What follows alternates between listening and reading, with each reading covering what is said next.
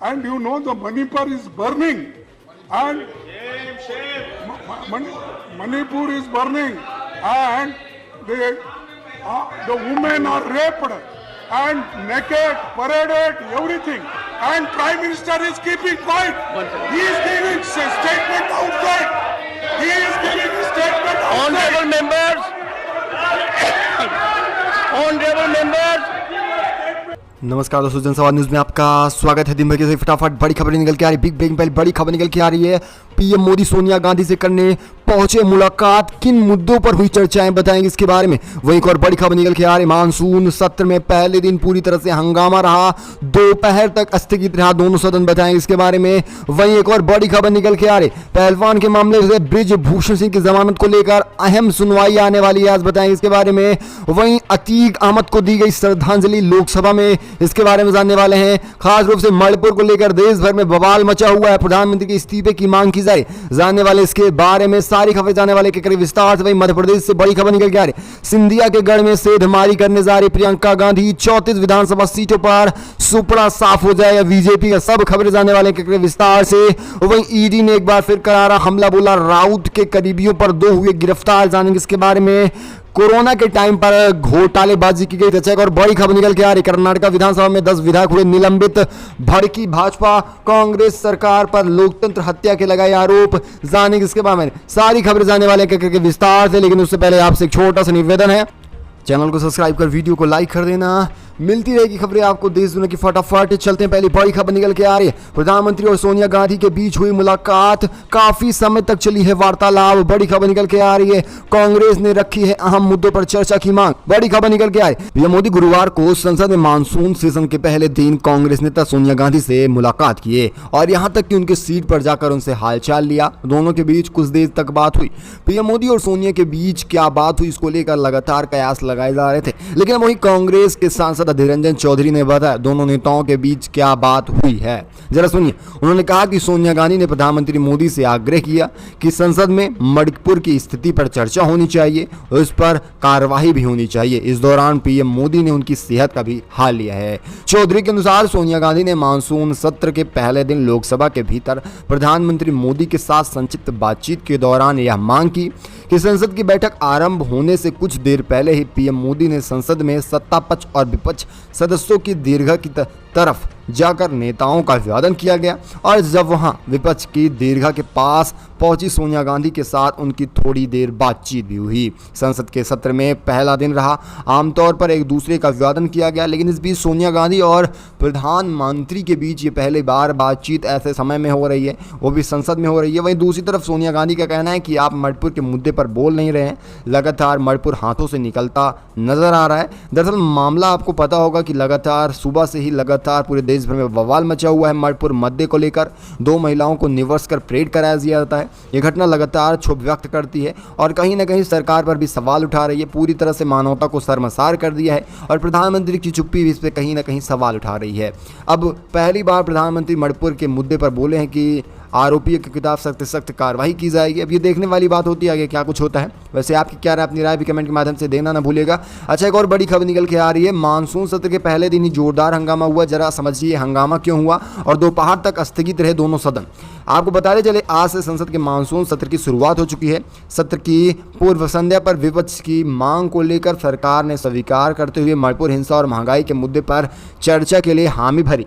बुधवार को social media पर सामने आए मणिपुर हिंसा से जुड़े विभत्स वीडियो पर विपक्ष सरकार ने हमला किया है। विपक्ष ने मणिपुर के सीएम एन वीरेन के इस्तीफे की लगातार मांग कर रही है। ये आपको पता होगा, पहले भी आपको बताया गया होगा कि लगातार एन वीरेन के इस्तीफे की मांग केवल विपक्ष पार्टियां नहीं बल्कि वहां की जनता भी कर रही थी, लेकिन ना तो एन वीरेन सहमति जता रहे हैं इस्तीफे को लेकर और न पीएम मोदी चुप्पी तोड़ रहे थे। आपको बताते चले, पीएम मोदी की चुप्पी और दूसरी तरफ लगातार निगरगटों की तरह सरकार चला रहे एन वीरेन की वजह से इतनी बड़ी घटना सामने आई है। वैसे संसद के मानसून सत्र के आज केंद्र सरकार ने दिल्ली अध्यादेश समेत 31 बिलें पेश कर दी हैं। दिल्ली अध्यादेश पर भी आम आदमी पहले से ही हमलावर रही है और 17 से 18 जुलाई को आपने देखा था विपक्ष की बैठक में कांग्रेस ने भी सहमति जताई थी। यानी कि अब अध्यादेश लगातार निरस्त होने के कगार पर पहुंच चुका है। लेकिन जो अभी अहम मुद्दा है उसे देखा जाए मणिपुर का।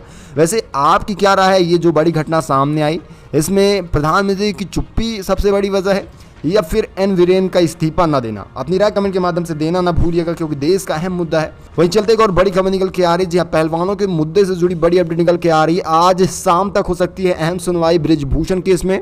भाजपा सांसद बृजभूषण सिंह के खिलाफ पहलवानों के यौन उत्पीड़न मामले में दिल्ली की एक अदालत ने फैसले सुरक्षित रख लिए। शाम 4 बजे के आसपास अदालत अपना फैसला सुनाने वाली थी, लेकिन आज वहीं बृजभूषण सिंह की अदालत में पेश हुए थे। बता दें कि महिला पहलवानों ने बृजभूषण सिंह के खिलाफ दिल्ली पुलिस के पास शिकायत दर्ज कराई थी। इसके बाद दिल्ली पुलिस ने भी चार्जशीट कोर्ट में पेश कर दिया था। कोर्ट में दिल्ली पुलिस के वकीलों ने जमानत याचिका का विरोध किया था और न ही समर्थन किया था। कोर्ट का कहना है कि कानून के मुताबिक ही इस बारे में फैसला लिया जाएगा। बृजभूषण सिंह ने खुद देखा जाए राउज एवेन्यू कोर्ट पहुंचकर जमानत याचिका दाखिल की थी और इससे पहले 18 जुलाई को इस मामले में राहत मिल गई थी। कोर्ट ने उन्हें उनके यह आरोपी विनोद तोमर को 2 दिन की अंतरिम जमानत भी दी हुई थी। लेकिन आज शाम तक क्या कुछ खबरें निकल के आती हैं, ये देखने वाली बात होती है। चलते एक और बड़ी अपडेट निकल के आ रही है। जी हाँ, बड़ी खबर निकल के आ रही है। लोकसभा में अतीक अहमद को दी गई है श्रद्धांजलि। दरअसल अतीक की हत्या के बाद पहली बार संसद चल रहा है, तो ऐसे में श्रद्धांजलि देना बनता है। संसद का मानसून सत्र आज से शुरू हो गया है। लोकसभा के 2 वर्तमान सदस्य रतन लाल कटारिया और बाबू भाऊ उर्फ सुरेश नारायण धनोकर और अतीक अहमद समेत 11 पूर्व सदस्यों के निधन पर शोक व्यक्त किया गया। और देखा जाए तो लोकसभा स्पीकर ओम बिरला ने भी श्रद्धांजलि दी है। वहीं एक और बड़ी खबर निकल के आ रही है। थाने पहुंचा है इंडिया नाम रखने का मामला। बड़ी खबर निकल के आ रही है। 26 पार्टियों के खिलाफ दर्ज हुई शिकायत। विपक्षी दलों द्वारा अपने गठबंधन का नाम इंडिया रखने जाने पर अब एक दिन बाद इस पर खिलाफत भी शुरू हो चुकी है और इनके खिलाफ दिल्ली में शिकायत दर्ज हो चुकी है। देखा जाए गठबंधन का नाम इंडिया रखने पर दिल्ली के 12 खंबा पुलिस स्टेशन में केस दर्ज कराया गया है। समाचार एजेंसी एनआई के रिपोर्ट के मुताबिक आपको बताते चले, शिकायतकर्ता का नाम डॉक्टर ओनीस मिश्रा है और शख्स ने ये शिकायत दर्ज कराई है। शिकायत में कहा गया है कि 26 विपक्षी दलों ने इंडिया का नाम रखकर अनुचित उपयोग किया है। इसका चुनाव में गलत इस्तेमाल होने वाला है। गठबंधन के नाम पर आपत्ति जताते हुए शिकायतकर्ता अश्वनी मिश्र ने पार्टी के खिलाफ आवश्यक कार्रवाई करने का आग्रह किया। उन्होंने कहा कि क्योंकि चुनाव के लिए अनुचित व्यक्तित्व के लिए इंडिया शब्द का इस्तेमाल किया जा रहा है, जिससे लोगों की भावनाओं को आघात हो रहा है। शिकायत में यह भी कहा गया है कि 26 राजनीतिक दलों के नाम लगातार देश को दुरुपयोग की तरफ ले जा रहे हैं। वैसे आप सबकी क्या राय है कि ऐसे लोगों को बरगलाने के लिए इंडिया नाम रखा गया है या फिर एकता को दिखाने के लिए विपक्षी पार्टियों ने ऐसा नाम रखा है? अपनी राय भी कमेंट के माध्यम से देना ना भूलिएगा। चलते एक और बड़ी खबर निकल के आ रही है। जी हाँ, मणिपुर को लेकर पूरे देश भर में हाहाकार मचा हुआ है। ये सबसे बड़ी बात है कि मणिपुर में महिलाओं को निवस कर सड़कों पर घुमाया जाने वाला वीडियो जैसे वायरल होता है, वैसे ही देखा जाए तो देश में माहौल भी पूरी तरह से राजनीतिक करवटें लेने लगता है और सामाजिक मुद्दे पर भी इस पर बहस शुरू हो जाती है। देखा जाए ये मामला chief justice of India DY Chandrachud तक पहुंचा है और देखा जाए वो भी नाराजगी व्यक्त की है। उनका कहना है कि मणिपुर की घटना बर्दाश्त के बाहर हो चुकी है। मणिपुर का वीडियो परेशान करने वाला रहा। सरकार को कार्रवाई करने के लिए वक्त देंगे, कार्रवाई नहीं हुई तो हम खुद करेंगे। ये कौन बोल रहा है? आप समझिए डीवाई चंद्रचूड़ चीफ जस्टिस बोल रहे हैं। जहाँ एक तरफ प्रधानमंत्री चुप्पी नहीं तोड़ रहे थे, वहीं दूसरी तरफ आप डीवाई चंद्रचूड़ बोल रहे हैं, तो ऐसे में प्रधानमंत्री को बोलने का हक बनता है। अब प्रधानमंत्री इसी वजह से बोले होंगे।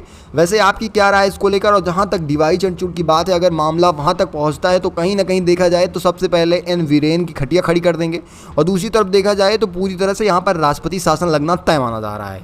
वैसे इन सबको लेकर आपकी क्या राय है? जिस तरह से लगातार मणिपुर में हिंसा रही और हिंसा के बीच ये शर्मसार करने वाली घटना सामने आ गई, इसे आप किस तरह से देख रहे हैं? अपनी राय कमेंट के माध्यम से देना ना भूलिएगा और आप ही बताइए क्या इस पर डीवाई चंद्रचूड़ को एक्शन लेना चाहिए या नहीं। चलते करिए और अपडेट निकल के आ रही है। बड़ी खबर निकल के आ रही है। आपको पता चले प्रियंका गांधी की मध्य प्रदेश में होने वाली है रैली। सिंधिया के गढ़ में सेंधमारी करने जा रही है प्रियंका। 34 विधानसभा सीटें हैं देखा जाए ग्वालियर में। जी हाँ, बड़ी खबर निकल के आ रही है। कांग्रेस की नजर है मध्य प्रदेश पर। कांग्रेस की राष्ट्रीय महासचिव प्रियंका गांधी वाड्रा 21 जुलाई को ग्वालियर के दौरे पर रहने वाली हैं। यहां पर वो चुनावी सभा को भी संबोधित करने वाली। इसके अलावा देखा जाए कांग्रेस के पूर्व अध्यक्ष राहुल गांधी मध्य प्रदेश का भी दौरा करने वाले हैं।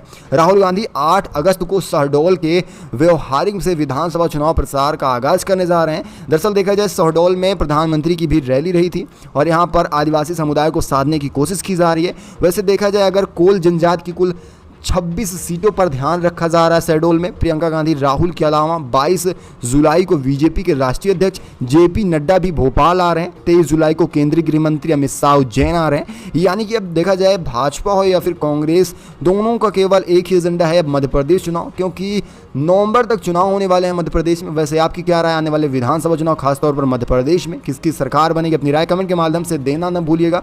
वहीं चलते एक और बड़ी खबर निकल के आ रही है, राजस्थान से बड़ी अपडेट निकल के आ रही है। कांग्रेस करने वाली है बड़ा फेरबदल, और देखा जाए अगले महीने नेताओं की लगातार रैलियां होने वाली हैं, धुआंधार दौरे होने वाले हैं। राजस्थान में अगस्त का महीना चुनावी सरगर्मियों वाला होने वाला है, क्योंकि यहां कांग्रेस के प्रमुख नेताओं के दौरे शुरू हो रहे हैं। जुलाई में राजस्थान में संगठन की नियुक्तियां होने वाली हैं। अब सरकार को ये चर्चा करनी है, और यही सूत्र बता रहे हैं कि आने वाले समय में बड़ा फेरबदल भी देखने को मिल सकता है मंत्रालयों में। इसके अलावा अगस्त में प्रथम सप्ताह में सब कुछ सामने आ जाएगा। जिस तरह से छत्तीसगढ़ में संगठन और सरकार में बदलाव किए गए, ठीक उसी रास्ते पर कांग्रेस यहाँ पर भी चलना चाहेगी। बिना इसके यहाँ पर कांग्रेस आला कमान आना भी नहीं चाहेगी, क्योंकि कुछ दिग्गज नेताओं में भी नाराजगी रही है। जैसा कि आपने देखा होगा, सचिन पायलट, अशोक गहलोत के बीच लगभग 6 महीनों तक अनबन चली थी, जिसके बाद हाईकमान की बैठक होती है, जब थोड़ा मामला जाकर सुलझता है। देखा जाए वही कांग्रेस के राजस्थान सूत्रों का कहना है कि राजस्थान के चुनाव से पहले राहुल गांधी, प्रियंका गांधी के अधिक दौरे होने वाले हैं। यहाँ पर कांग्रेस के नेताओं ने उनकी मांग ज़्यादा की है। हालांकि कांग्रेस अध्यक्ष मल्लिकार्जुन खड़गे अगस्त के पहले सप्ताह में जाने वाले हैं। वहीं राजस्थान भी देखा जाए तो पूर्व प्रभारी अवनीश पांडे, रणदीप सुरजेवाला, प्रमोद तिवारी, मुकुल बसनिक भी और केसी वेणुगोपाल भी अपनी रैली करने वाले हैं। प्रियंका गांधी भी साथ रहने वाली हैं। जनसभा को संबोधित भी करेंगे मल्लिकार्जुन खड़गे। वैसे राजस्थान चुनाव को लेकर आपकी क्या राय है? अपनी राय कमेंट के माध्यम से दीजिएगा। अच्छा, एक बड़ी खबर निकल के आ रही है महाराष्ट्र से, बड़ी खबर निकल के आ रही है। ईडी सीबीआई ने फिर से कसा है संजय राउत के करीबियों पर सिकंजा, 2 हुए हैं गिरफ्तार। महाराष्ट्र में कोरोना महामारी के दौरान बनाए गए कोविड सेंटर में हुए कथित तौर पर घोटाले को लेकर प्रवर्तक निर्देशालय ने कार्रवाई करते हुए शिवसेना यूबीटी सांसद संजय राउत के 2 करीबियों को गिरफ्तार कर लिया है। जांच एजेंसी ने जिन 2 लोगों को गिरफ्तार किया है, उसमें से संजय राउत के करीबी सुजीत पटकर भी शामिल हैं। आपको बताते चले, कोरोना काल में मुंबई नगर निगम की ओर से मुंबई में कई जगहों पर जोबो कोविड सेंटर बनाए गए थे, जिसको लेकर कथित तौर पर घोटाला किया गया था। देखा जाए जितनी भी कंपनियों को ठेका दिया गया था, सभी पूरी तरह से घोटालेबाजी की थी। अब इस पर ईडी और सीबीआई का लगातार शिकंजा कसा जा रहा है। वैसे आपको बताते चलें कि 18 जुलाई को 15 जगहों पर छापेमारी की गई थी, जिसके बाद कुछ सबूत सामने आए थे। वहीं आज 2 लोगों को गिरफ्तार कर लिया गया है। चलते एक और बड़ी खबर निकल के आ रही कर्नाटक से, बड़ी अपडेट है, जहां पर 10 विधायकों को निलंबित कर दिया। भड़की है भाजपा, कांग्रेस को बताया लोकतंत्र का हत्यारा। बड़ी खबर निकल के आ रही है कर्नाटक से, बड़ी अपडेट, जहां पर कर्नाटक विधानसभा में अपने 10 विधायकों की निलंबित पर भाजपा ने तीखी प्रतिक्रिया सामने रखी। राज्य के पूर्व मुख्यमंत्री बसवराज बोम्मई ने कांग्रेस सरकार को तानाशाह बताया है और उन्हें लोकतंत्र की हत्या का भी आरोप लगाया। बताते चले, विधानसभा की कार्यवाही में बाधा डालने के चलते विधानसभा स्पीकर यूटी खादर ने 10 भाजपा विधायकों को शुक्रवार को बर्खास्त कर दिया था, और इन सब को लेकर अब लगातार बीजेपी हमलावर है और उनका कहना है कि ये लोकतंत्र की हत्या है। वैसे देखा जाए, जहां एक राज्य में अब बीजेपी सरकार नहीं है, वहीं पर अब लोकतंत्र की हत्या बताई जा रही है। वहीं दूसरी तरफ देखा जाए, केंद्र में जो भाजपा कर रही है उस पर सवाल उठाया जाए तो भाजपा चुप्पी साधे रहती है। वैसे इन सबको लेकर अपनी राय कमेंट के माध्यम से देना ना भूलिएगा। चलते एक और बड़ी अपडेट निकल के आ रही है, माफिया मुख्तार अंसारी और अफजल पर कसता जा रहा है शिकंजा। 27 करीबियों की तलाशी हुई शुरू और संपत्तियां भी की जा रही हैं जब्त। देखा जाए, माफिया मुख्तार अंसारी, उनके भाई अफजल अंसारी के कुबने सहित देखा जाए गैंग के 27 सदस्यों पर लगातार अंचल संपत्तियों की तलाशी शुरू हो चुकी है। जिला प्रशासन, नगर निगम, एलडीए, आवास विकास संपत्तियों में खोज में जुटी है। इनके भवनों और भूखंडों की फाइलें खंगाली जा रही हैं। उन संपत्तियों और अपार्टमेंटों और कॉम्प्लेक्सों की जांच की जाएगी जिसमें मुख्तार अंसारी की साझेदारी रही है। अब इन सारे संपत्तियों के एग्रीमेंट ढूंढे जा रहे हैं। वैसे आगे क्या कुछ सामने आ रहा है, ये देखने वाली बात होती है। वहीं बताते चलें कि मुख्तार अंसारी, उनकी पत्नी अफसा अंसारी और उनके पुत्र अब्बास अंसारी व उमर अंसारी की संपत्तियों पर भी तलाशी जारी हो चुकी है। वहीं एक और बड़ी खबर निकल के आ रही है, जी हाँ, बड़ी अपडेट निकल के आ रही है, समान नागरिक संहिता को लेकर देश भर में बवाल मचा हुआ है। इसी बीच देखा जाए, मुसलमानों और आदिवासियों ने भी इसका जमकर विरोध किया। वही मामला एक बड़ा निकल के आ रहा है। आपको बताते चले, YRS ने और कांग्रेस पार्टी ने, तेलुगु देशम पार्टी ने बुधवार को मुसलमानों को कोई स्पष्ट आश्वासन अब तक नहीं दिया है। इसको लेकर उन्होंने केंद्र के मोदी सरकार सरकार के नेतृत्व वाली राष्ट्रीय जनतांत्रिक गठबंधन यानी एनडीए सरकार द्वारा लाए जाने वाले समान नागरिक संहिता विधेयक का विरोध करने के लिए। उनका कहना है कि पहले संसद में बिल पास हो तो आगे इसका विरोध किया जाएगा। ये तो लगातार चुनावी मुद्दा बनाया जाता है, ये लगातार कांग्रेस का कहना है। हालांकि देखा जाए YSRC अध्यक्ष और मुख्यमंत्री YS जगन मोहन रेड्डी और TDP अध्यक्ष चंद्रबाबू नायडू दोनों ने कहा है कि वे ऐसा कोई भी निर्णय नहीं लेंगे जिससे मुस्लिम अल्पसंख्यकों की भावनाओं को ठेस पहुंचे। वैसे देखा जाए केवल जगन मोहन रेड्डी ही नहीं बल्कि पूरा कांग्रेस खेमा यही कह रहा है कि हम मुस्लिमों की भावनाओं को आघात नहीं पहुंचाना चाहेंगे। जो जिस तरह से चल रहा है उसे ऐसा ही चलने दिया जाएगा। वैसे इन सबको लेकर आपकी क्या राय, खासतौर पर UCC आना चाहिए या नहीं, अपनी राय कमेंट के माध्यम से देना ना भूलिएगा। इस खास बुलेटिन में बस इतना ही। मिलेंगे आपको अगली बड़ी अपडेट के साथ, तब तक के लिए धन्यवाद।